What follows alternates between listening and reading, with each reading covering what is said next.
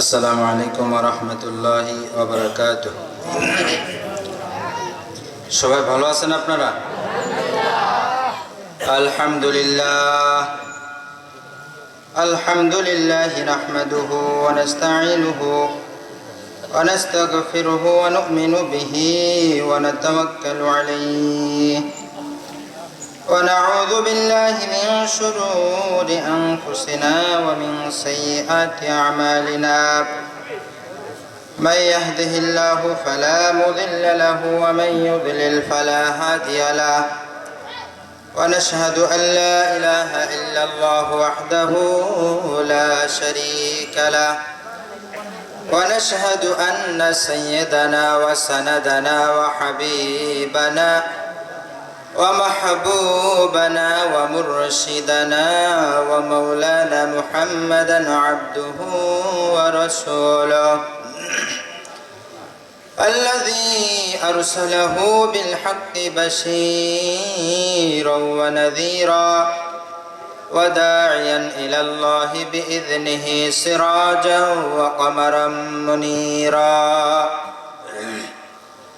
أما بعد فأعوذ بالله من الشيطان الرجيم.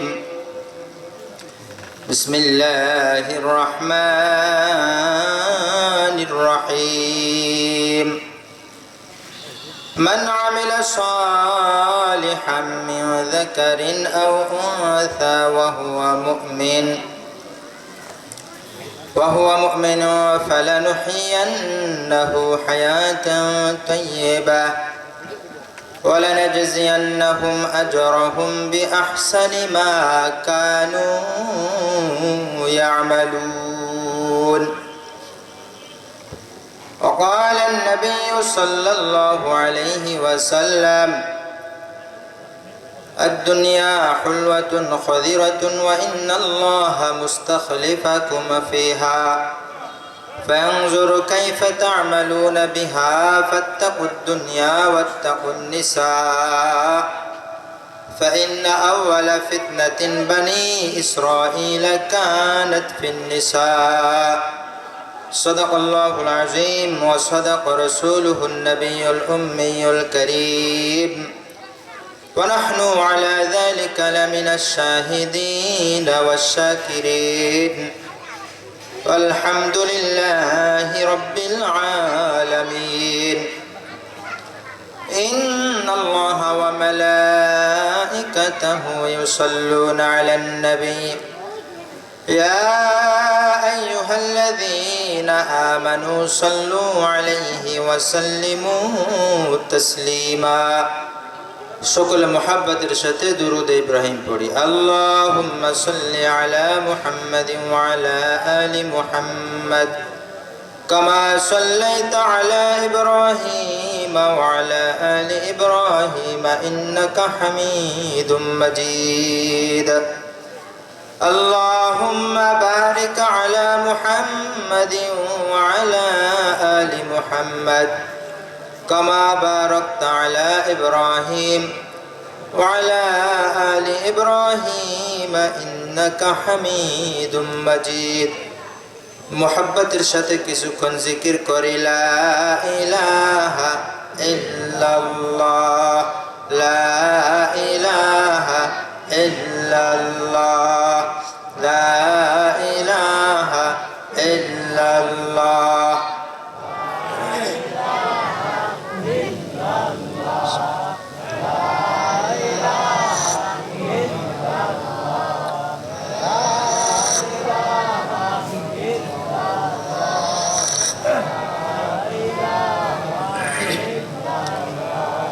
রাস্তাঘাট দোকান পাশার এদিকে সেদিকে বাড়িতে অলস সময় যারা কাটাইতেছি, ঘোরাফেরা করতেছি, অলস সময় এদিক সেদিক না কাটিয়ে জান্নাতের টুকরা বাগিচার মধ্যে আমরা সকলে জিকিরে ফিকিরের সাথে এসে বসে যাই। দিনে নসিহত শুনি লা ইলাহা ইল্লাল্লাহ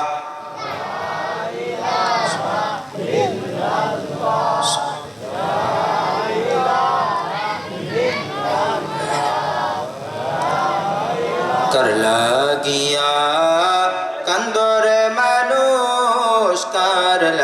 লাগিয়া হাসো, কার লাগিয়া কান্দরে মানুষ, কার লাগিয়া হাসো। ওরে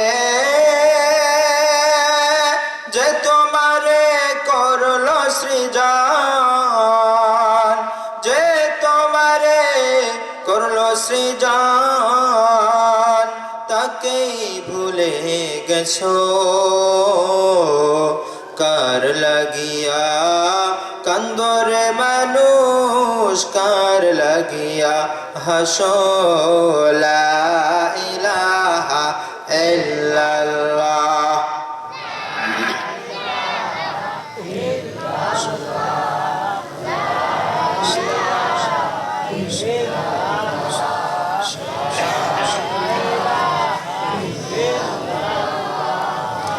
লা ইলাহা ইল্লাল্লাহ মুহাম্মাদুর রাসূলুল্লাহ। সকলে পড়েনি সাল্লাল্লাহু আলাইহি ওয়াসাল্লাম। ঢাকা উত্তরপাড়া বায়তুস সালাম জামে মসজিদের উদ্যোগে, গ্রামবাসীর উদ্যোগে প্রথম বার্ষিকী ওয়াজ মাহফিল ও হালকায় জিকিরের সম্মানিত সভাপতি জনাব মাওলানা বদিউজ্জামান সাহেব, সহকারী শিক্ষক হরিনারায়ণপুর ইসলামিয়া দাখিল মাদ্রাসা ইবি কুষ্টিয়া। প্রধান অতিথি বিশিষ্ট ইসলামী চিন্তাবিদ ও তরুণ ওয়ায়েজ মুফতি আশরাফুজ্জামান আজাদি সাহেব, খতিব দারুল জান্নাহ জামে মসজিদ সাভার ঢাকা। আমার পূর্বে আলোচনা করেছেন সুমিষ্ট ভাষী বক্তা হাফেজ মাওলানা জালাল উদ্দিন যশোরী সাহেব, খতিব উলাসী বাজার কেন্দ্রীয় জামে মসজিদ সাতক্ষীরা। এছাড়াও অন্যান্য ওলামা ইকরাম আলোচনা করেছেন। মাহফিল পরিচালনার দায়িত্বে আছেন হাফেজ ইনসান আলী সাহেব। সম্মুখপানে সমবেত দিন প্রিয় ইসলাম প্রিয় মুসলমান ভাইরা, শেরে তাজ উম্মতের রাহবার হজরতে ওলামা ইকরাম আয়েম্মায়ে মাসাজিদগণ, পর্দানিশীন মা ও বোনেরা, স্নেহের ছোট ছোট কচি বাচ্চারা, সমবয়স্ক যুবক ভাইরা, রব্বুল আলামিনের দরবারে শুকরিয়া আদায় করে যে মহান আল্লাহ রব্বুল আলামিন এই মহতি মাহফিলে জলসায় আমাদেরকে জুড়ে মিলে আসার বসার, দিনে কিছু কথাবার্তা বলার ও শ্রবণ করার মতো তৌফিক দান করেছেন। এই জন্য অন্তরে অন্তঃস্থল থেকে শুকরিয়া দেন। সকলে বলে আলহামদুলিল্লাহ। শুকর নিয়ামত নিয়ামত আফজু কুনাত, কুফর নিয়ামত যকাফত বেরুকুনাত। এক জামানা সোহবত বা আউলিয়া, বেতেরাজ সদ সালে তাআত বেরিয়া। আমার ভাইরা, এই যে মাজলিস, এই মাজলিস অত্যন্ত দামি মাজলিস। কথা বলেন ঠিক কিনা? এরকম মাজলিসের জন্য আগেকার জামানার বড় বড় মানুষ, ইভেন রাজা বাদশাহ পর্যন্ত দূর থেকে দূর পর্যন্ত সফর করতেন, শুধু হজরত উলামা ইকরামের জবান থেকে কিছু নসিহাত শুনবেন এই উদ্দেশ্যে। বাদশাহ সুলাইমান ইবনে মালিক, তিনি দামেস্কের বাদশাহ ছিলেন 97 দশকে, 97 হিজরির সনের দিকের কথা। তো তিনি মদিনাতুল মুনাওয়ারায় আগমন করলেন। মদিনার গভর্নর, মদিনার সরকারি কর্মচারী কর্মজীবীগণ তানাকে উষ্ণ অভ্যর্থনা জানালেন, তানাদেরকে বিদায় দিলেন সুলতান। বিদায় দেওয়ার পর তার সঙ্গী সাথী যারা ছিলেন তানাদেরকে বললেন, দেখো সাথীরা, খনিজ সম্পদের মধ্যে জং ধরে। জং ধরে না? লোহার মধ্যে জং ধরে না? তামার মধ্যে জং ধরে কিনা? খনিজ সম্পদের মধ্যে, খনিজ পদার্থের মধ্যে জং পড়ে। যদি ওই খনিজ সম্পদ কিছুদিন পর পর ঘষা মাজা না করা হয়, রেত দ্বারা পরিষ্কার করা না হয়, তাহলে ওই জং ধরে আস্তে আস্তে আস্তে আস্তে ওই খনিজ সম্পদটা নষ্ট হয়ে যায়, লোহা নষ্ট হয়ে যায়। তো ঠিক তেমনি ভাবে মানব দেহের মধ্যেও, মানুষের হৃদয়ের মধ্যেও জং পড়ে। যদি না আল্লাহওয়ালা বুজুর্গানে দিনদের কাছে না যাওয়া হয়, তাদের কথাবার্তা শ্রবণ করা না হয়, তো তাদের কাছে গেলে, তাদের কথা শ্রবণ করলে তাদের কথার রেত দ্বারা, দিনই আলোচনার রেত দ্বারা তারা দিলের জং দূর করে দেন। জোরে কান সুবহানাল্লাহ। সম্মানিত ভাইয়ের, এই জন্য এটা হলো গুনাহ মাফের মজলিস, জং পরিষ্কার করার মজলিস। তো এজন্য মাহফিল, আমরা অনেক দূর থেকে আসছি, আমরা মেহমান, আপনারা মেজবান। আপনারা যদি এদিক সেদিক ঘোরাফেরা করেন আর বাহির থেকে আলোচনা শোনেন আর মনে করেন শুনতেছি, বলে যে না, কাছে এসে জান্নাতের বাগিচার মধ্যে বসা আর দূর থেকে বসা, অনেক দূর থেকে শোনা, দূর থেকে দাঁড়িয়ে দাঁড়িয়ে বসে বসে শোনা, অনেক পার্থক্য। কথা বলেন, ঠিক না? আচ্ছা বলেন তো দেখি, যে আপনাকে দাওয়াত করছে, দাওয়াত করার পর আপনি যেইখানে খাবার দাবার পরিবেশন করা হচ্ছে সেখানে না গিয়ে আপনার বাইরে দিয়ে ঘোরাফেরা করতেছেন, আর আপনার নাকের মধ্যে খাদ্য খাবারের রান্নার যে ঘ্রাণ, সুঘ্রাণ, এই ঘ্রাণটা আপনার নাকের মধ্যে যাইতেছে, এতে কি আপনার পেট ভরবে? পেট ভরবে না। এতে আপনার পেট ভরবে না, বরং আপনার খাবারের আগ্রহ আরো বাড়বে, ঠিক না? আর আপনি যদি ঘ্রাণ সুখেই মনে করেন যে এই তো পোলার ঘ্রাণ পাচ্ছি, মনে মনে পোলাও খেয়ে ফেললাম, পেট ভরবে? ভরবে না। তো ঠিক তেমনি ভাবে যারা বাহিরে আছেন, বাহিরে থেকে আলোচনা শোনা আর ভিতরে এসে আলোচনা শোনার মধ্যে আকাশ পাতাল পার্থক্য। কারণ রাসূল আরবি সাল্লাল্লাহু আলাইহি ওয়াসাল্লাম এই ধরনের মাজলিসকে জান্নাতের টুকরা বাগিচা বলেছেন। সুবহানাল্লাহ, আল্লাহ। এজন্য এদিক সেদিক ঘোরাফেরা না করে চলে আসেন। আমি অতিরিক্ত কোনো কথা বলবো না, যেহেতু তাফসিরুল কোরআন ওয়াজ মাহফিল ও হালকায় জিকির, মাঝে সাঝে জিকিরও করব। রাজি আছেন তো ইনশাআল্লাহ? সরাসরি আমি আপনাদেরকে তাফসিরের দিকে নিয়ে যাব। আমি আপনাদের সম্মুখে সূরাতুন নাহালের ৯৭ নং আয়াতে কারিমা তিলাওয়াত করেছি। রাসূল আরবি সাল্লাল্লাহু আলাইহি ওয়াসাল্লামের হাদিস সমূহ থেকে মাত্র একখানা হাদিস পাঠ করেছি। কোরআনের আয়াত এবং হাদিসকে সামনে রেখে কিছু কথাবার্তা বলবো ইনশাআল্লাহ। সাধারণত আমি আলোচনা করে থাকি তিন পদ্ধতিতে, হয়তো কোরআনের আয়াত ভিত্তিক, অথবা হাদিস ভিত্তিক, অথবা বিষয় ভিত্তিক। তো আমি আপনাদের সামনে যে সূরাতুন নাহাল এর ৯৭ নং আয়াতে কারিমা তেলাওয়াত করেছি, আজকে আমি আপনাদের সম্মুখে এই আয়াতে কারিমা আয়াত ভিত্তিক আলোচনা করব ইনশাআল্লাহ। আমি আলোচনা করার পূর্বে কি আলোচনা করব এর একটা খসড়া বা সূচি আপনাদের সামনে আমি বলতে চাই। এই আয়াতে কারিমার মধ্যে আল্লাহ রাব্বুল আলামিন বলেন, قال الله سبحانه وتعالى من عمل صالحا من ذكر أو أنثى وهو مؤمن فلنحيينه حياة طيبة ولنجزينهم أجرهم بأحسن ما كانوا يعملون। আল্লাহ তাআলা বলেন, যে নারী এবং পুরুষ ঈমান অবস্থায় নেক আমল করবে, আমি আল্লাহ রাব্বুল আলামিন তাকে হায়াতে তয়্যিবা দান করব। সুবহানাল্লাহ বলেন। এবং তারা যে নেক আমল করবে, এই নেক আমলের বদৌলতে আমি আল্লাহ রাব্বুল আলামিন তাদেরকে মহা পুরস্কারে পুরস্কৃত করব। জোরে কান সুবহানাল্লাহ। সম্মানিত ভাইয়েরা, মুফাসসিরিনে হযরতগণ এখানে 5টা প্রশ্ন করছেন। 1 নম্বর প্রশ্ন, আল্লাহ রাব্বুল আলামিন এখানে বললেন যে সমস্ত মুমিনেরা ঈমান অবস্থায় নেক আমল করবে। তো 1 নম্বর প্রশ্ন হলো যে মুমিন কাকে বলা হয়, মুমিন কত প্রকার, বা ঈমান কাকে বলা হয়, ঈমান কত প্রকার, কি কি। 2 নম্বর প্রশ্ন, আল্লাহ রাব্বুল আলামিন এখানে নেক আমলের কথা বললেন। সারা জীবন উলামায়ে কিরামের জবান থেকে শ্রবণ করলাম নেক আমল করো, নেক আমল করো, কিন্তু নেক আমল কাকে বলে আজও বুঝতে পারলাম না ঠিকঠাক। কারণ একজন ব্যক্তি নামাজ আদায় করে, নামাজ আদায় করার পূর্বে সে টিভি দেখে, সিনেমা দেখে, গাঁজা খায়, মদ খায়, পেনসিডিল খায়, বিভিন্ন ধরনের গুনাহের সাথে লিপ্ত থাকে কি থাকে না? আবার নামাজ আদায় করার পরে দেখা যাইতেছে আবার ওই একই গুনাহের সাথে সে লিপ্ত। কথা বলেন। অথচ আল্লাহ রাব্বুল আলামিন বললেন, ইন্নাস সালাতা তানহা আনিল ফাহশাই ওয়াল মুনকারি ওয়াল বাগি। নিশ্চয়ই নামাজ সমস্ত প্রকার অশ্লীল অপকর্ম অন্যায় কর্ম থেকে বিরত রাখে। কিন্তু দেখা গেল যে তার এই নামাজ তাকে অন্যায় অপকর্ম থেকে বিরত রাখলো না, তাহলে এটা কি নেক আমল হলো? তাহলে নেক আমল কাকে বলা হয়? 3 নম্বর এখানে আল্লাহ রাব্বুল আলামিন বললেন নারী এবং পুরুষের কথা।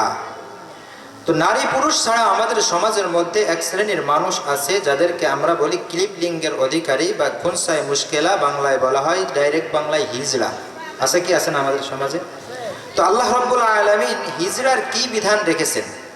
নারী আর পুরুষের কথা বললেন, হিজড়াদের কথা তো বললেন না। হিজড়াদের সম্বন্ধে আল্লাহর বিধান কি? কয়টা গেল? 3টা। 4 নম্বর প্রশ্ন, আল্লাহ রাব্বুল আলামিন বললেন হায়াতে তৈয়্যিবা দান করব। হায়াতে তৈয়্যিবা কাকে বলা হয়? পবিত্র জীবন কাকে বলা হয়? 5 নম্বর প্রশ্ন, আল্লাহ রাব্বুল আলামিন নেক আমলের বদৌলতে পুরস্কার দান করবেন।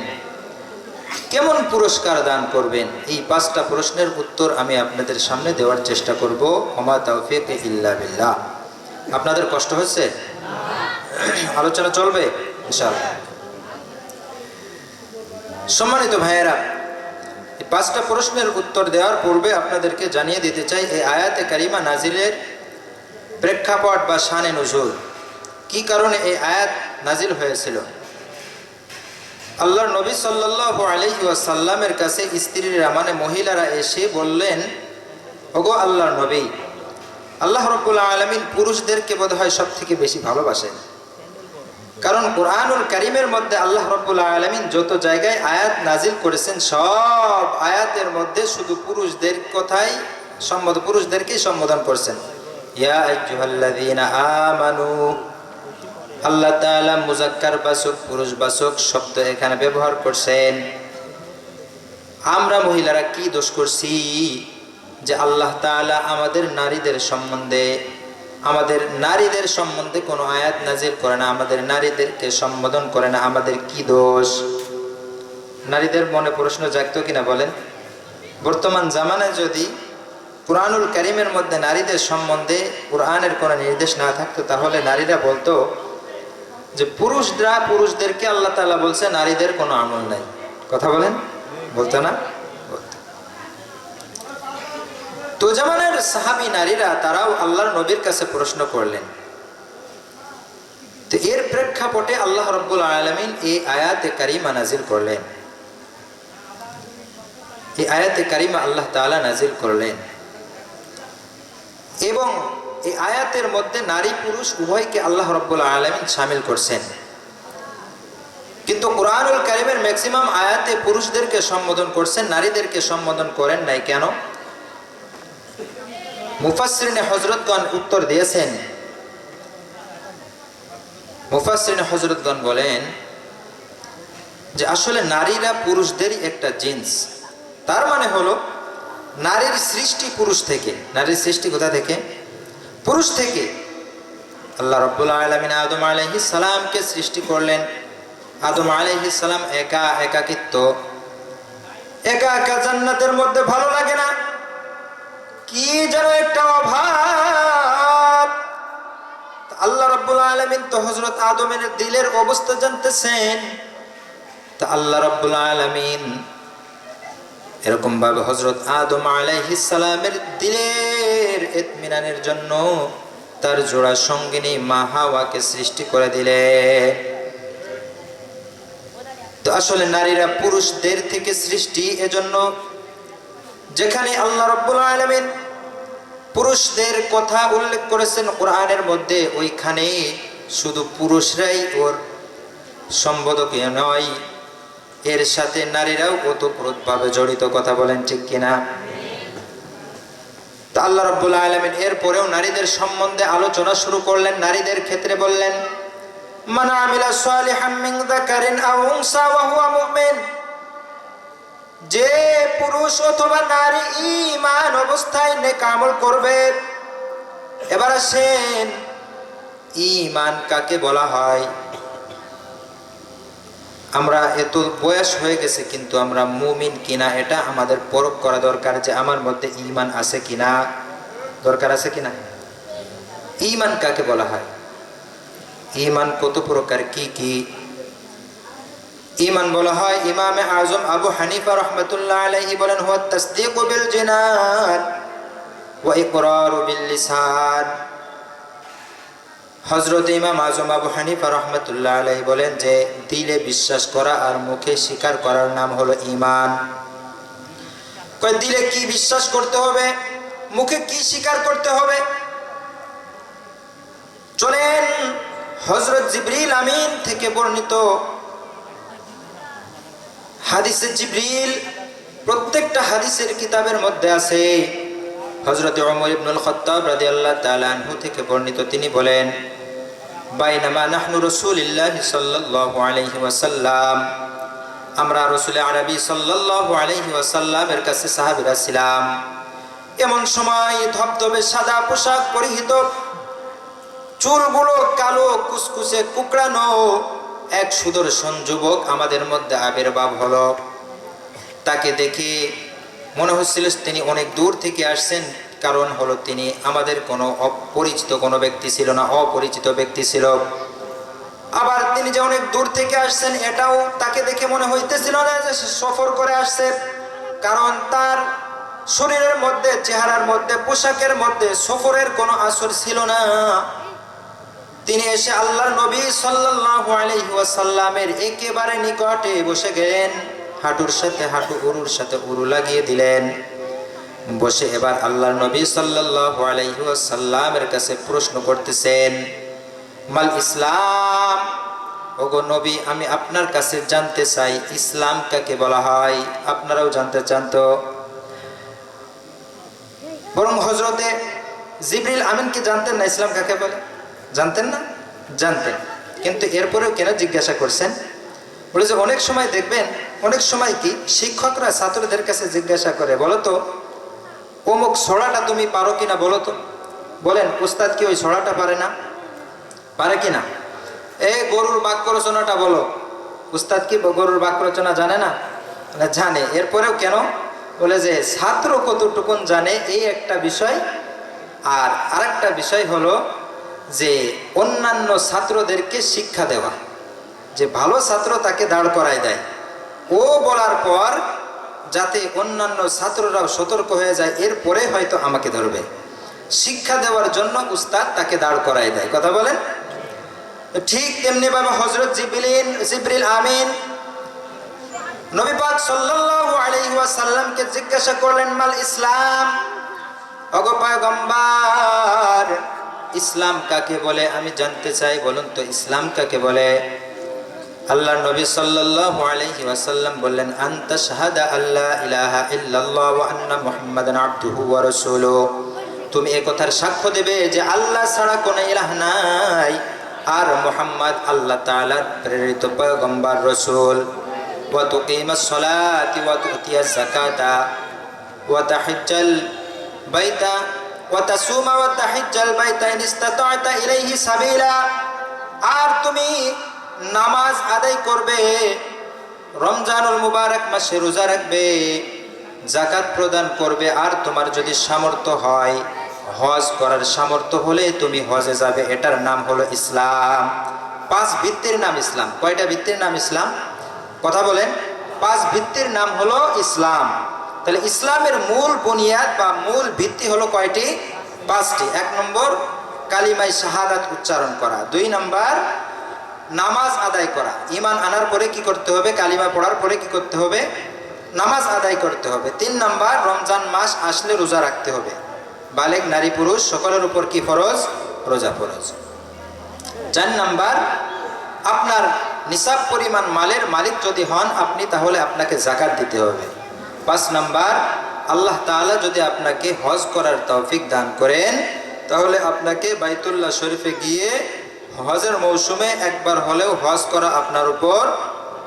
কথা বলেন। কি উমরা করলে কি হজ আদায় হবে? উমরা করলে হজ আদায় হবে না। আপনি আগে হজ করেন, হ্যাঁ আপনার সামর্থ্য আছে, তাহলে ঠিক আছে আমি আগে উমরায় যাই, এর উমরা করে এসে আমি হজ করব, সেটা ভিন্ন কথা। কিন্তু আপনি উমরা করে এসে মনে করবেন যে একেবারে আমি হজ আদায় করে আসছি, একবার লাল রুমাল একটা আপনি গাড়ির মধ্যে ঝোলাই দিয়ে আমি হাজি সাহেব, না আপনি উমরা সাহেব, আপনি হাজি সাহেব না, আপনি কি সাহেব? আপনি উমরি সাহেব। এজন্য হজ যাদের উপর ফরজ হয়েছে আপনারা রেজিস্ট্রেশন করে ফেলবেন, হজ করার প্রস্তুতি গ্রহণ করেন। কারণ হলো হজ সম্বন্ধে আলোচনা করব না, এতটুকুন বলি, আল্লাহর নবী সাল্লাল্লাহু আলাইহি ওয়াসাল্লাম বলেন যে যার উপর হজ ফরজ হলো আর সে হজ না করেই দুনিয়া থেকে বিদায় নিল, মারা গেল, তাহলে ফালিয়ামুত ইনশা ইয়াহুদিয়া ওয়া ইনশা নাসরানিয়া, সে ইহুদি হয়ে মারা যাক আর নাসারা হয়ে মারা যাক, আমি নবীর তাতে কোনো কিছু আসে যায় না। জোরে কান নাউজুবিল্লাহ। দয়ার নবীর জবান থেকে যদি যে ব্যক্তির হজ ফরজ হয়েছে হজ না করে মারা যায়, তাহলে এই উচ্চারণ যদি হয় যে ইহুদি খ্রিস্টান হয়ে মারা যাক, এতে আমার কোনো দায়ভার নেই, এতে আমার কোনো ভালো খারাপ লাগবে না।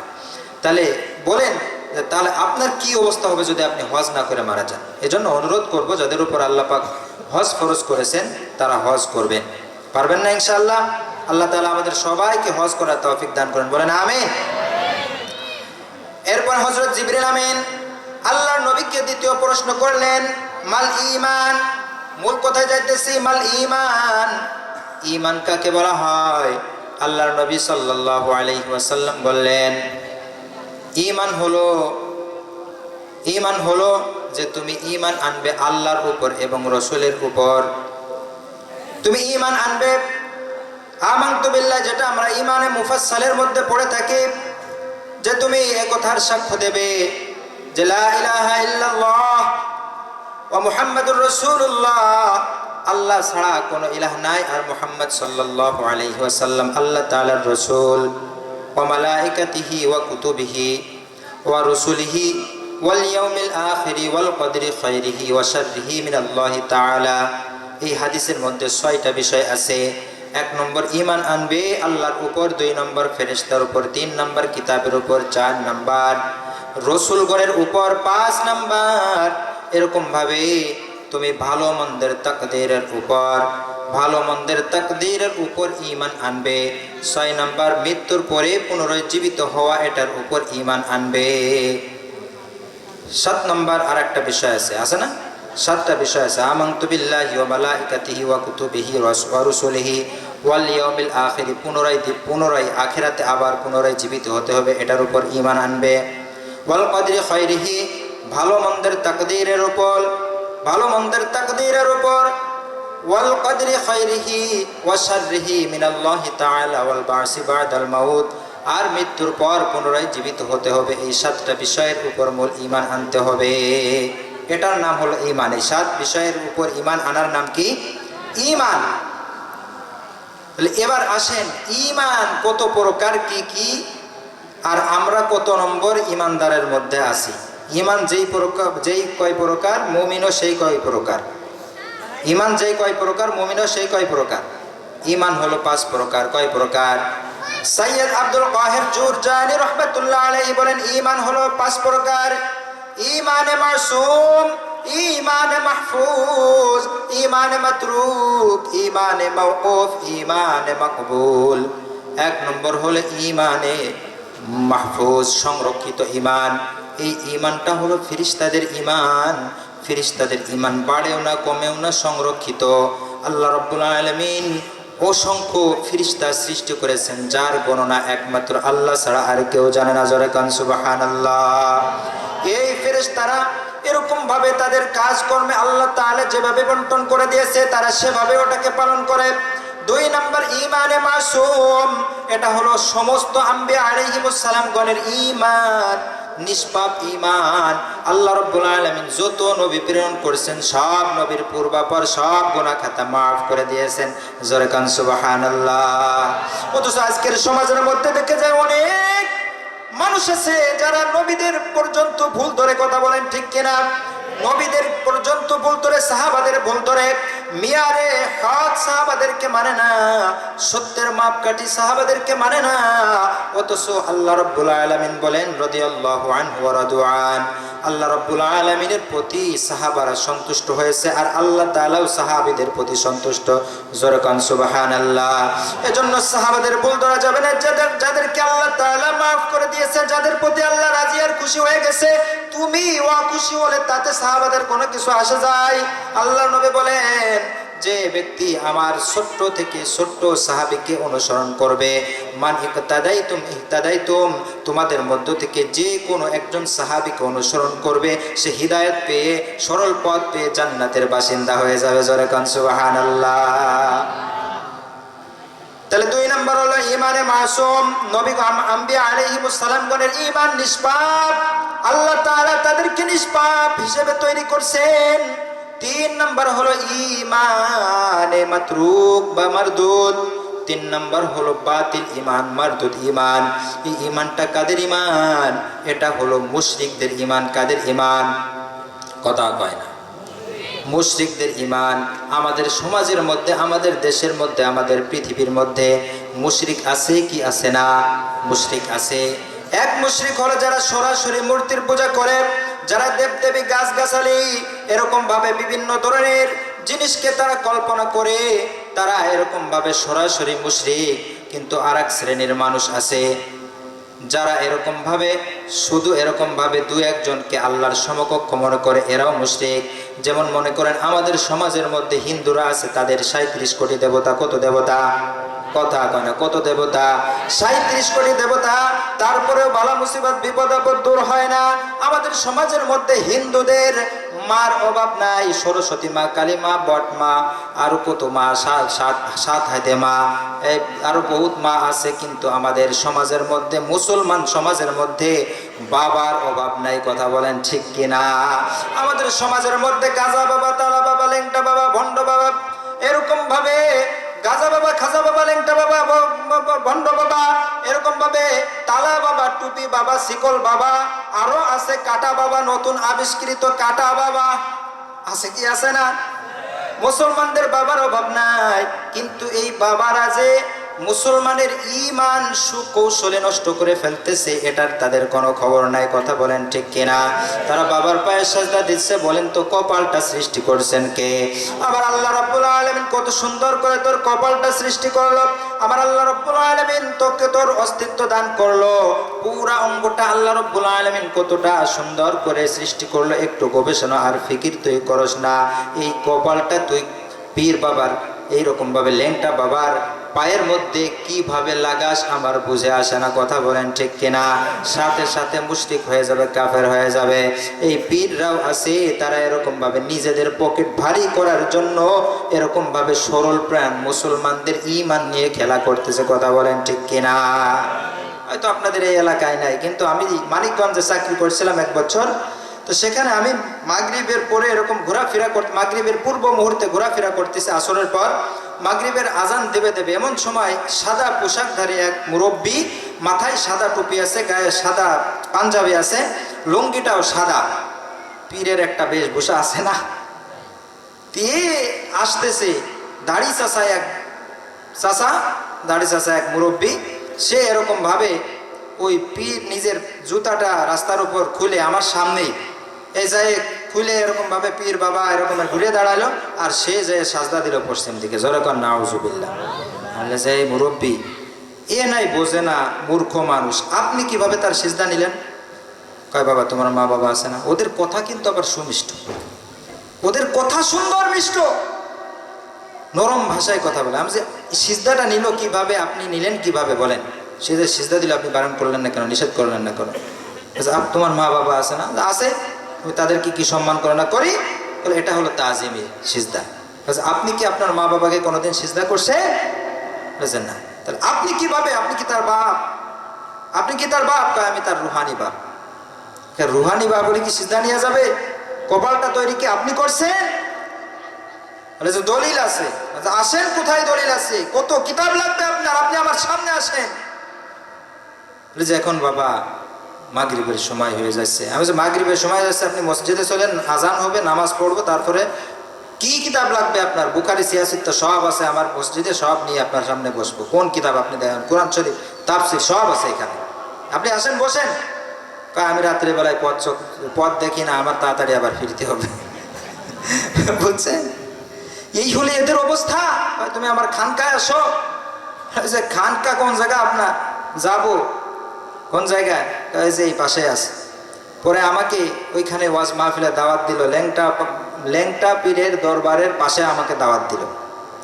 ল্যাংটাটাও পীর ওদের, ল্যাংটাটাও বাবা। দেখেন মানুষের মধ্যে জাহলিয়াত, যে ল্যাংটা হয়ে থাকে তার মধ্যে কত কিছু আছে, আর কি আছে সেটা তো দেখাই যাইতেছে।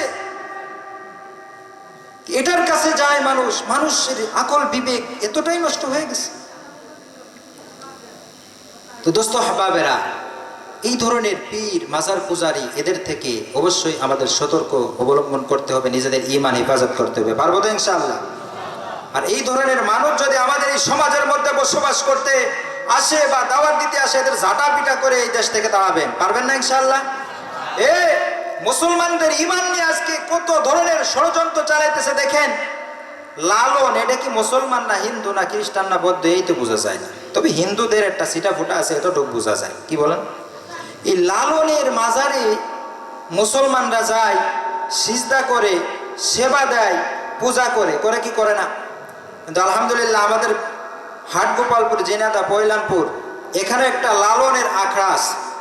এই লালনের আখড়া আমরা ইমাম পরিষদ সকলে মিলে, সব ইমাম পরিষদের সবাইকে নিয়ে, মুসল্লিদেরকে নিয়ে ওই লালনের আখড়া আমরা ভেঙে ফেলছি। বলেন আলহামদুলিল্লাহ। খারাপ কাজ করছি না ভালো কাজ করছি?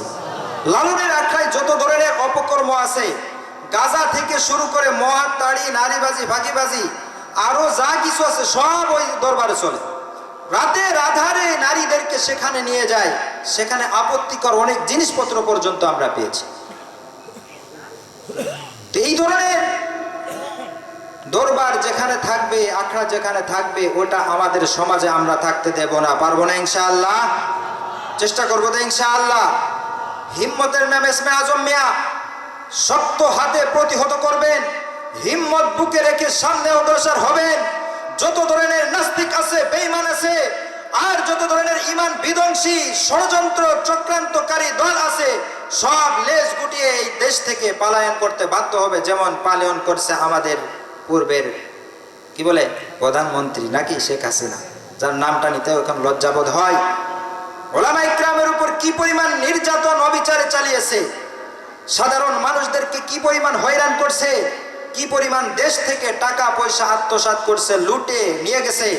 তাদেরই ছেলেবেলা বর্তমান ডাকাতি করতেছে। কথা বলেন, ডাকাতের সংখ্যা বাড়ছে কিনা, চুরির সংখ্যা বাড়ছে কিনা?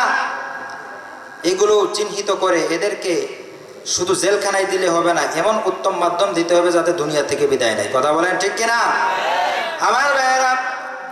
এবার আসেন 3 নাম্বার, 4 নাম্বার। এবার আসেন ঈমানে মাওকুফ।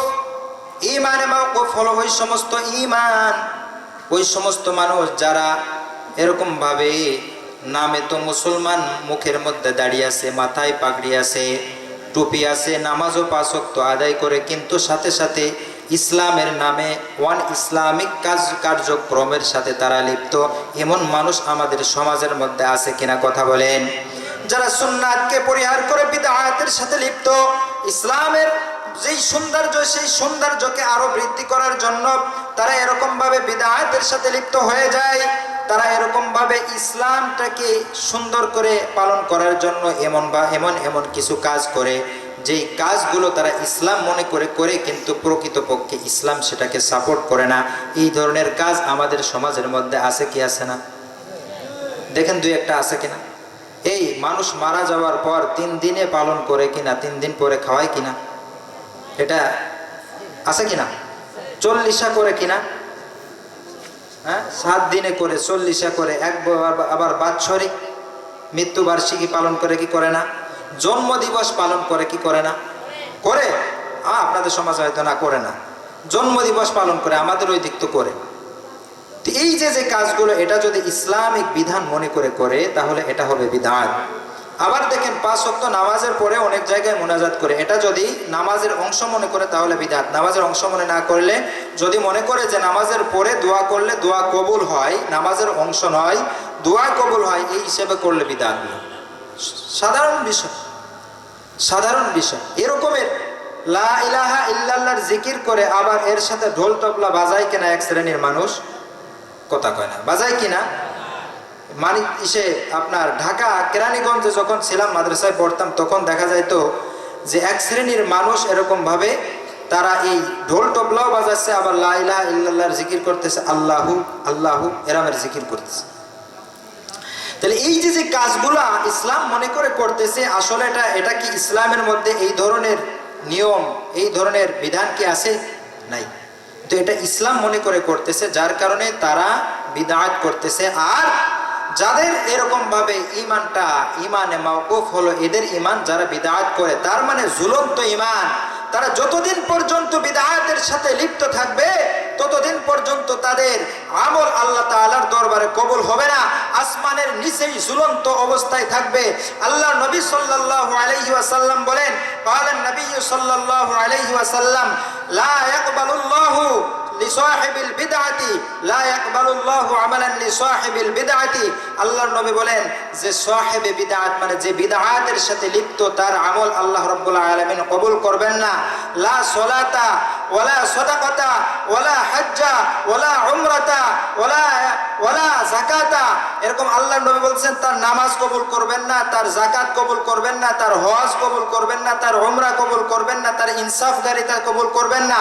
আল্লাহ তাআলা এভরিথিং, তার কোনো আমল করবেন না, বরং সে ঈমান থেকে এমন ভাবে বের হয়ে যাবে, কামা তাখরুজু শারু মিনাল আজিন, যেমন ভাবে আটার খামিরা থেকে চুল টান দিলে বের হয়ে যায়, আটার মধ্যে স্পট পড়ে না, দাগ পড়ে না, ঠিক তেমনি ভাবে বিদআতকারী সে বিদআত করার কারণে ইসলাম থেকে এই রকম ভাবে বের হয়ে যাবে, সে নিজে টেরও পাবে না। কথা বলেন ঠিক কিনা? এজন্য বিদআতের সাথে লিপ্ত হওয়া যাবে নাকি বিদআতকে তরক করে ইসলামের যে শরিয়া আছে, বিধান আছে, বিধান মতো চলতে হবে, বিধান মতো চলতে হবে। কথা বলেন ঠিক কিনা? আপনাদের কষ্ট হইতেছে? 5 নম্বরে ঈমানে মাকবুল। ঈমানে মাকবুল হলো কি? কোন ঈমান? ওই যে বলছি যে আল্লাহ তাআলার উপর ঈমান আনা, ফেরেশতাদের উপর ঈমান আনা, কিতাবের উপর ঈমান আনা, রাসূলের উপর ঈমান আনা, কিয়ামত দিবসের উপর, পুনরুত্থানের উপর, ভালো মন্দের তাকদীরের উপর ঈমান আনা, বিশ্বাস স্থাপন করা। ওই বিষয়টা দিলের মধ্যে ফিট করতে হবে, জবানে স্বীকার করতে হবে। সমাজের মধ্যে এমন কিছু মানুষ আছে যে যারা নামাজ আদায় করে, রোজা রাখে, হজ করে, যাকাত দেয়, সব ঠিক আছে, কিন্তু তাদের দিলের মধ্যে ইসলামের আজমত নাই। তারা ইসলামটাকে এরকম ভাবে, ইসলামের আজমত, ইসলামের মোহাব্বত আর ভালোবাসা তাদের মধ্যে নাই। তারা শুধু মানুষ দেখানোর জন্য এরকম ভাবে নামাজ আদায় করে, রোজা পালন করে, সিয়াম সাধনা পালন করে, এরকমের মানুষ আমাদের সমাজের মধ্যে আছে কিনা? এই মেম্বার চেয়ারম্যানরা দেখবেন যে সারা বছর অনেক মেম্বার চেয়ারম্যান আছে যারা নামাজ আদায় করে আলহামদুলিল্লাহ ভালো, যারা প্রকৃতপক্ষে দিন মানে আলহামদুলিল্লাহ, তাদেরকে ধন্যবাদ। কিন্তু এমনও মানুষ আছে যারা এরকম ভাবে ভোটের সময় আসলে, নির্বাচনের সময় আসলে মাথার মধ্যে সুন্দর একটা টুপি দেয়, পকেটের মধ্যে একটা তসবি রাখে, মসজিদে ঢোকার সময় মাথার মধ্যে টুপিটা দেয় আর তসবিটা হাতের মধ্যে নেয়। জুমার দিনে ইমাম সাহেব আলোচনা করার পর দাঁড়ায় কয় আমার দুইটা কথা আছে। এই ধরনের চেয়ারম্যান মেম্বার সমাজের মধ্যে নাই না? আছে? আছে আছে। এরা মানুষ দেখানোর জন্য করে। আল্লাহ রাব্বুল আলামিনের হাবিবের জামানার মধ্যেও এই ধরনের মানুষ ছিল, যাদেরকে বলা হতো মুনাফিক। কি বলা হতো? মুনাফিক। আল্লাহর নবীর পিছনে নামাজ আদায় করত, আল্লাহর নবী সাল্লাল্লাহু আলাইহি ওয়াসাল্লামের সাথে জিহাদেও যাইতো, আবার মুখে মুখে বলতো ওগো নবী। আল্লাহ রাব্বুল আলামিন হযরতে নবী পাক সাল্লাল্লাহু আলাইহি ওয়াসাল্লাম সম্বন্ধে মুনাফিকদেরকে সতর্ক করে বলেন, ইদা জাআকাল মুনাফিকুনা ক্বালু নাশহাদু ইন্নাকা রাসূলুল্লাহ। সূরা মুনাফিকের প্রথম আয়াতের মধ্যে, সূরাতুল মুনাফিকুনের প্রথম আয়াতের মধ্যে আল্লাহ বলেন, যখন এরকম ভাবে মুনাফিকরা আপনার কাছে আসে, বলে ওগো পয়গম্বর, আপনি অবশ্যই অবশ্যই রাসূল, এটা আমরা সাক্ষ্য দিচ্ছি। আর আমার আল্লাহ রাব্বুল আলামিন বলেন যে ওগো পয়গম্বর, অবশ্যই অবশ্যই আপনি আল্লাহর রাসূল, এতে কোনো সন্দেহ নাই। ওয়া ইন্নাল মুনাফিকিনা লাকাযিবুন ওয়াল্লাহু ইয়াশহাদু ইন্নাল মুনাফিকিনা লাকাযিবুন। আর আল্লাহ সাক্ষ্য দিচ্ছে নিশ্চয়ই মুনাফিকরা হলো মিথ্যাবাদী। মুনাফিকরা কি? মিথ্যাবাদী। তো মুনাফিক মার্কা ঈমান হলে চলবে না, বরং ঈমান হতে হবে ঈমানে মাকবুল, যে ঈমানের মধ্যে কোনো শিরক থাকবে না, বিদআত থাকবে না। ওই ঈমান আমাদের অটল অবিচল ভাবে ওই ঈমানের উপর অটল অবিচল থাকতে হবে। ওই ঈমানটা দিলের মধ্যে ধারণ করতে হবে, জবানে স্বীকার করতে হবে। ওই ঈমান ধারণ করার কারণে আমার আপনার প্রতি যদি জুলুম আসে, নির্যাতন আসে, তবুও ওই ঈমান থেকে দূরে সরে যাওয়া যাবে না। আল্লাহর নবী সাল্লাল্লাহু আলাইহি ওয়াসাল্লামের একজন প্রিয়তম সাহাবী হযরতে উবাদা ইবনে হযরতে এরকম ভাবে উবাদা রাদিয়াল্লাহু তাআলা আনহু বলেন যে আমার খলিল আমার বন্ধু রাসূল সাল্লাল্লাহু আলাইহি ওয়াসাল্লাম আমাকে নসিহত করছেন, ওয়ালা তুশরিকু বিল্লাহি শাইআ, কখনোই তুমি আল্লাহ তাআলার সাথে কাউকে শরীক করবা না। ইন কুতিলু, যদিও তোমাকে হত্যা করা হয়, আও হুররিকু, অথবা তোমাকে যদি আগুনের মধ্যে জ্বালিয়ে দেওয়া হয়, আও সুল্লিবু, অথবা যদি তোমাকে শুলির মধ্যেও চড়ানো হয়, তবুও তুমি আল্লাহ তাআলার সাথে শরীক করবে না। কারণ আল্লাহ রাব্বুল আলামিন ইন্না শিরকা লাযুলমুন আযীম, আল্লাহ তাআলা শরীককে পছন্দ করেন না। শরীক এটা অত্যন্ত বড় গুনাহ, জুলুম, এটা আল্লাহ রাব্বুল আলামিন পছন্দ করেন না। এজন্য ঈমানের উপর ইস্তেকামত থাকতে গেলে অনেক সময় এরকম ভাবে বিভিন্ন ধরনের নির্যাতন আমাদের সামনে আসতে পারে, আমাদের সামনে বড় বড় পরীক্ষা আসতে পারে। যেমন পরীক্ষা আসছিল পূর্ববর্তী উম্মতের উপর, যেমন আল্লাহ রাব্বুল আলামিন কুরআনুল কারীমের মধ্যে হযরতে ফিরাউনের স্ত্রী হযরত আসিয়া আলাইহিস সালাম সম্বন্ধে মুমিনদের উদাহরণ পেশ করছে। আল্লাহ রাব্বুল আলামিন সুন্দরভাবে উদাহরণ পেশ করে দিয়েছেন। আমার আপনার নবী সাল্লাল্লাহু আলাইহি ওয়াসাল্লাম হাদিসের কিতাবের মধ্যে ওই আসিয়া আলাইহিস সালামের ঘটনাটা সুন্দরভাবে তুলে ধরেছেন। আল্লাহর নবী সাল্লাল্লাহু আলাইহি ওয়াসাল্লামকে জিবরিল আমিন বলেন, ওগো পয়গম্বর, ফিরাউনের স্ত্রীর মর্মান্তিক ঘটনা আপনি কি জানেন? মুমিনদের সামনে এই ঘটনাটা আপনি পেশ করুন যে সে ঈমানের উপর ইস্তেকামত থাকার কারণে আল্লাহ রাব্বুল আলামিন তাকে জান্নাত দান করেছিলেন। সে কেমন ঈমানের উপর অটল অবিচল ছিল। আল্লাহু আকবার। হযরতে এরকম ভাবে আসিয়া আলাইহিস সালাম তিনি এরকম ভাবে যখন হযরত পয়গম্বর মুসা আলাইহিস সালামের উপর ঈমান আনলেন, মুসা পয়গম্বর আলাইহিস সালামের উপর যখন ঈমান আনলেন, ঈমান আনার সঙ্গে সঙ্গে ফিরাউনের কানের মধ্যে পৌঁছে গেল যে আমার প্রিয় স্ত্রী আসিয়া এরকম ভাবে ঈমান আনছে মুসার উপর। তখন আসিয়ার কাছে বুঝাইলো, আসিয়া তুমি আমার স্ত্রী, আমার অর্ধাঙ্গিনী, শোনো তুমি আমার প্রতি ঈমান আনো, আল্লাহকে বাদ দাও, মুসাকে বাদ দাও, তাহলে তুমি প্রাণে বেঁচে যাবে। তুমি কি ওই যে আমাদের বাদী মাসে তাকে দেখো নাই, তার সন্তানদেরকে তাকে তেলের মধ্যে কিভাবে নির্মম ভাবে ফেলে হত্যা করেছি, কিভাবে নির্মম ভাবে শহীদ করেছি। আসিয়া বলে ওটা দেখে আমার ঈমান আরো পাকা পুক্ত হয়ে গেছে। জোরে কান সুবহানাল্লাহ। আসিয়াকে এবার জল্লাদ ডাক দিল, জল্লাদ ডাক দিয়ে আসিয়াকে ধরাই নিয়ে আসলো। আসিয়াকে ধরাই নিয়ে আসার পর এরকম ভাবে বললো যে এ জল্লাদ বেঁধে ফেলো খুঁটির সাথে বেঁধে ফেলানো হলো, সঙ্গে সঙ্গে বেঁধে ফেলানো হলো। বেঁধে ফেলানোর পর এবার ফিরাউন বলতেছে, আসিয়া এখনো সময় আছে, আমার প্রতি ঈমান আনো। বলে যে কোন কারণে আমি আপনার প্রতি ঈমান আনবো? বলে যে দেখো না, এই যে মিশরের সমস্ত মানুষ আমার প্রতি ঈমান আনছে, সবাই আমাকে খোদা বলে ডাকছে, সবাই আমাকে এরকম ভাবে ভয় করে চলে, সবাই আমাকে রব বলে স্বীকার করে, আমি হলাম বড় রব। জোরে কান নাউজুবিল্লাহ। আসিয়া বলে যে কেমন করে আপনি রব হতে পারেন? আপনি তো চন্দ্র সৃষ্টি করেননি, আপনি সূর্য সৃষ্টি করেননি, আপনি গাছপালা তরুলতা সৃষ্টি করেননি, আপনি কোনো মানুষ সৃষ্টি করেননি। আপনি এরকম ভাবে আপনার মধ্যে যেই গুণাবলী আছে ওই গুণাবলী তো আমার মধ্যেও আছে, অন্য মানুষের মধ্যেও আছে। আপনিও খান, আপনিও পান করেন, আমিও খাই, আমিও পান করি। আপনার মধ্যে যৌবিক চাহিদা আছে, আমার মধ্যেও যৌবিক চাহিদা আছে।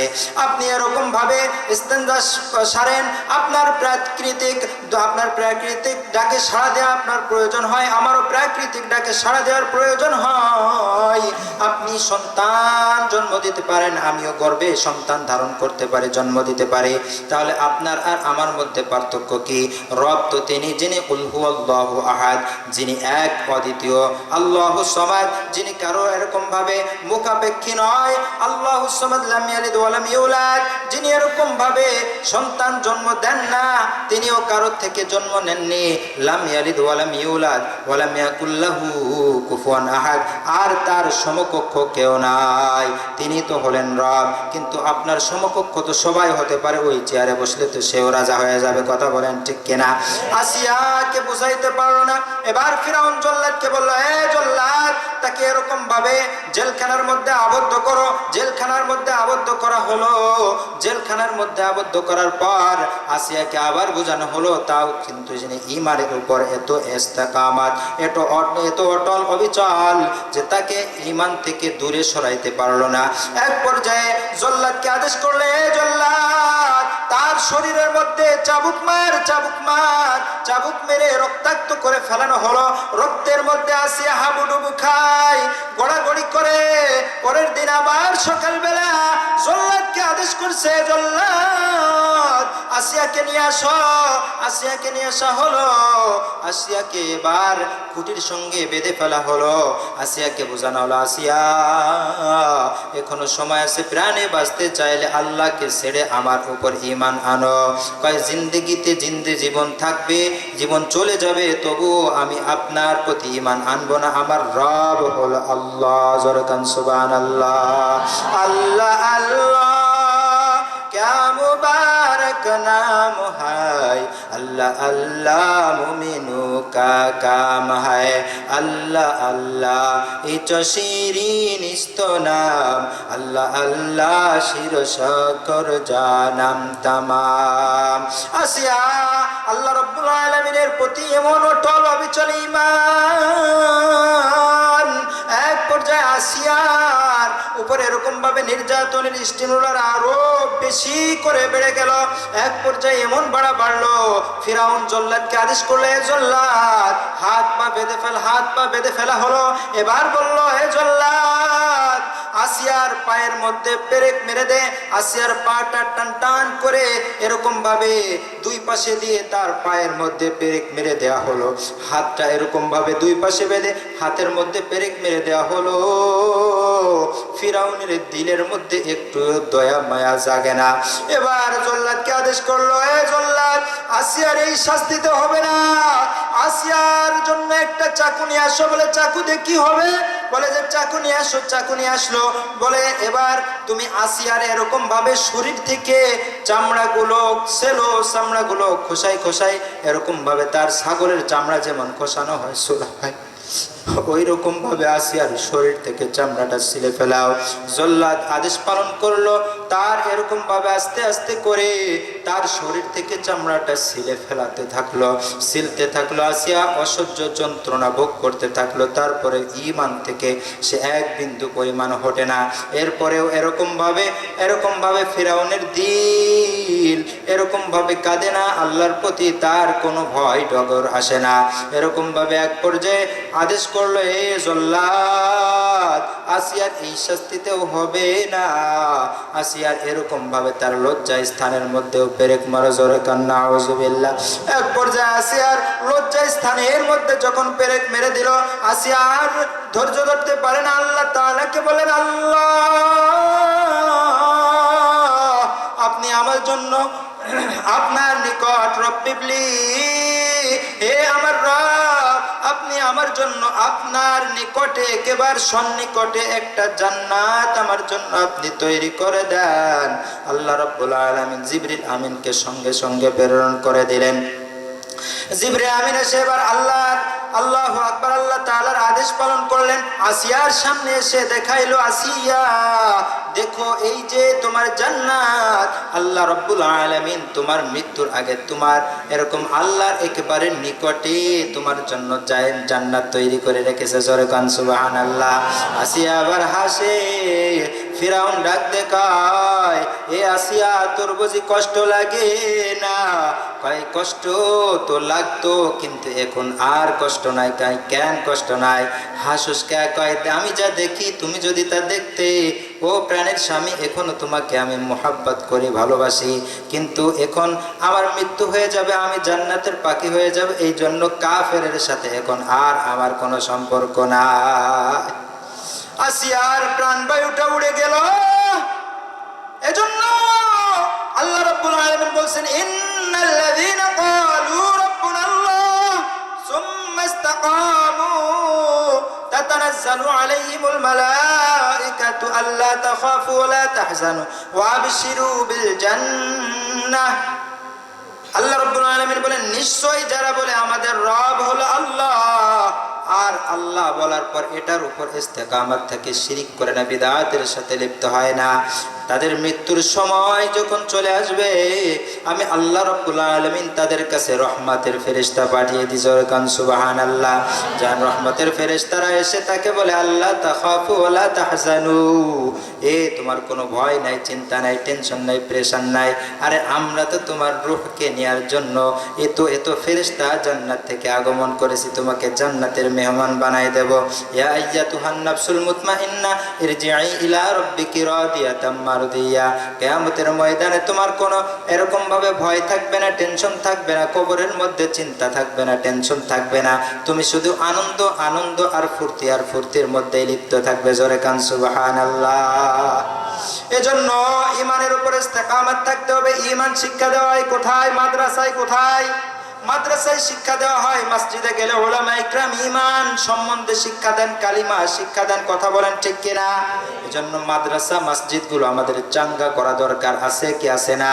আমাদের আশেপাশে অনেক মসজিদ আছে, মাদ্রাসা আছে, এগুলো অনেক এরকম ভাবে জীর্ণ শীর্ণ অবস্থা। এই মসজিদ মাদ্রাসাগুলোর প্রতি আমরা খেয়াল করতে রাজি আছি তো ইনশাআল্লাহ? এই যে মাহফিল, এটাও মসজিদের উদ্যোগে, মসজিদ কমিটির উদ্যোগে। এই মসজিদেও রমজানুল মুবারক মাসের পর থেকে এরকম ভাবে কাজ শুরু হবে। এই মসজিদে অনেক অর্থের প্রয়োজন। আছে কি আছে না? এই মসজিদে এরকম ভাবে, মসজিদ কার ঘর? কথা বলেন।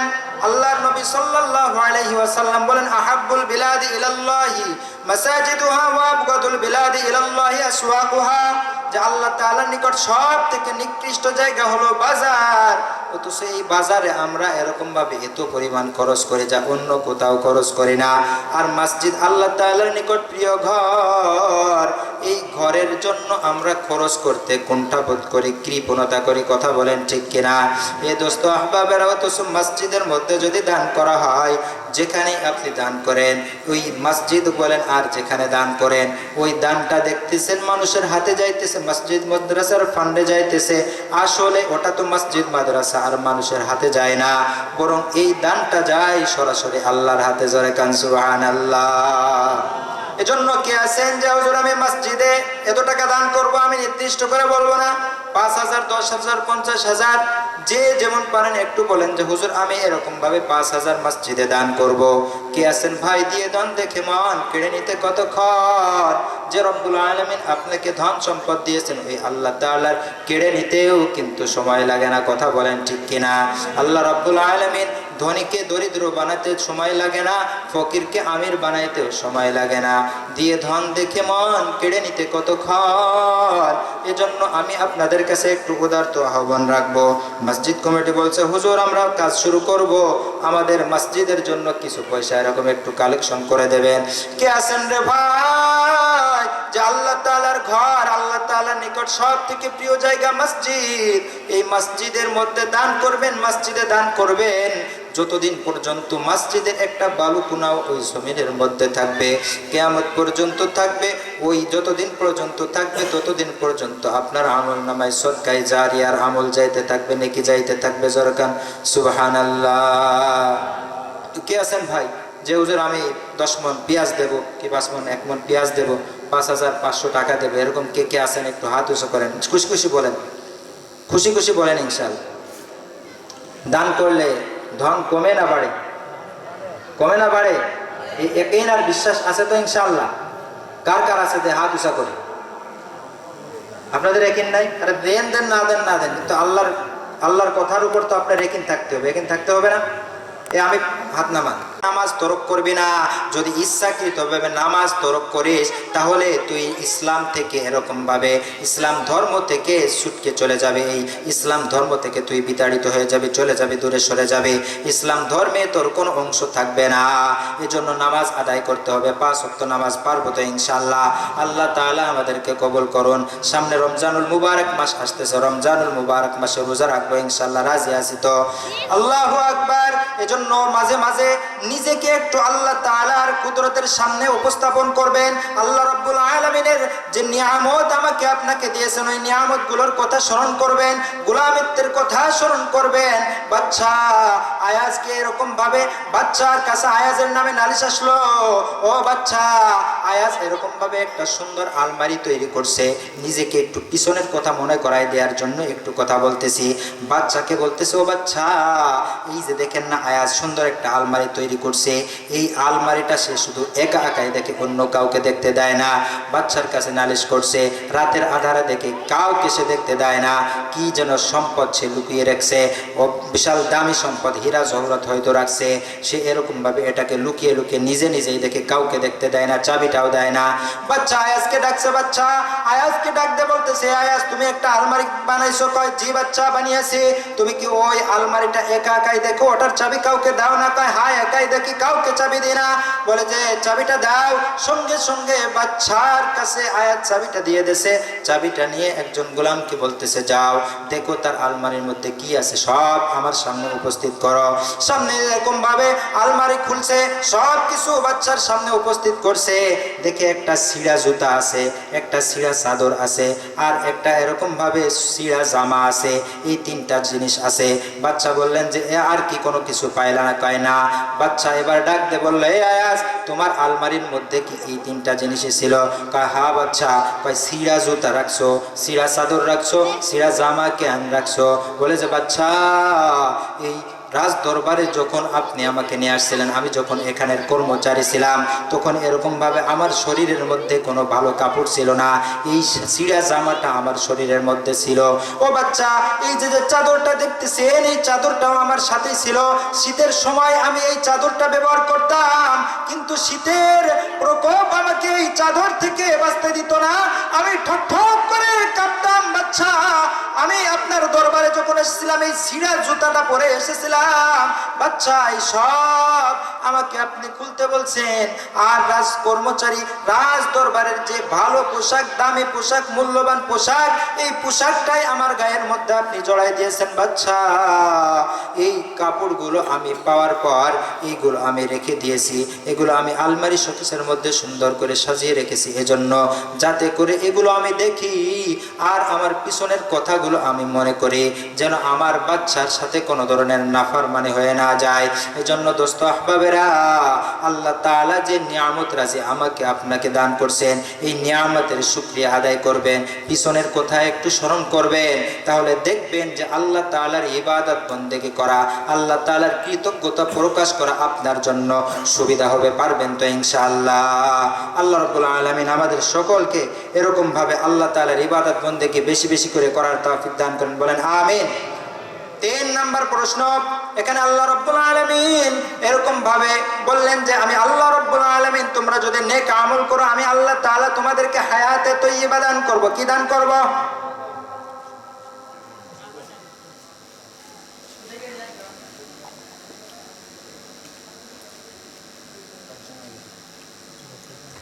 তিন নম্বর প্রশ্ন, আল্লাহ রাব্বুল আলামিন এখানে পুরুষ আর নারীর কথা উল্লেখ করলেন। আল্লাহ তাআলা এর বাহিরেও এক ধরনের এক জিন্স আল্লাহ তাআলা তৈরি করছেন, হিজড়া। আমাদের সমাজের মধ্যে যারা আজকে অবহেলিত, কিন্তু তারা আজকে ডাকাতের মতো কাজকর্ম আমাদের সাথে করে, কথা বলেন ঠিক কিনা? ডাকাতি, ডাকাতি কারে কয়? এর উপরে তারা বাসের মধ্যে ডাকাতি, গাড়ির মধ্যে ডাকাতি, রেল স্টেশনে ডাকাতি, না দিলে আবার পিসাব পায়খানা গাড়িতে মারার ভয় দেখায় না? অনেককে তো ঘুষি চড় থাপ্পড় মারে। আমরা হুজুর মানুষ, আমাদেরকেও হিজড়া ছাড়ে না। এটার একটা প্রতিবাদ হওয়া দরকার, এবং তারা হালাল উপায়ে যেন উপার্জন করে, এই ব্যবস্থা তাদের থাকা দরকার, কথা বলেন ঠিক কিনা? তো আল্লাহ রাব্বুল আলামিন নারী পুরুষের কথা উল্লেখ করলেন, কিন্তু আমাদের সমাজের মধ্যে হিজড়া আছে। হিজড়াদের বিধান কি? সব হিজড়ারা দেখি নারীদের পোশাক পরিধান করে ভিক্ষা করে বেড়ায়, নারীদের পোশাক পরিধান করে তারা ডাকাতি করে বেড়ায়। এখানে বিধান হলো, যে সমস্ত নারীদের চেহারা, যে সমস্ত হিজড়াদের চেহারা নারীদের সাথে সাদৃশ্য রাখে, মানে নারী কাটিং, এর মুখের মধ্যে দাড়ি গজায় না, এরকম আছে কি আছে না? এদের মুখের মধ্যে দাড়ি গজায় না, এদের হুকুম হলো নারীদের হুকুমের সাথে। তারা নারীরা যেরকম পর্দা করে তারাও এই রকমের পর্দা করবে। নারীরা যেরকম নামাজ আদায় করে তারাও ওই রকমের নামাজ আদায় করবে। আর পুরুষের হুকুম হলো, আর হিজড়াদের মধ্যে এক শ্রেণী আছে যারা পুরুষের সাদৃশ্যতা রাখে, দেখতে পুরুষের মতো, মুখের মধ্যে দাঁড়িয়ে ওঠে, মোসও জ্বালায়, আছে কি আছে না? এই ধরনের হিজড়াদের হুকুম হলো পুরুষের মতো, তারাও পুরুষের মতো এসে মসজিদে নামাজ আদায় করবে, তারাও এরকম ভাবে হজ করবে, যাকাত দেবে, তারাও এরকম ভাবে কাজকর্ম করবে, মানুষের কাছে ডাকাতি করবে না। কথা বলেন ঠিক কিনা? কয়টা গেল প্রশ্নের উত্তর? চারটা? তিনটা গেছে, আরো 2টা বাকি রয়েছে। সময় তো অনেক হয়ে গেছে। আল্লাহ তাআলা যদি আগামীতে দেখা করে তাহলে ইনশাআল্লাহ বাকি আয়াতের তাফসীর করার চেষ্টা করব। যা কিছু আলোচনা করলাম এগুলোর উপর আল্লাহ তাআলা আমাদের সকলকে আমল করার তৌফিক দান করেন, বলেন আমিন। ওয়া আখিরু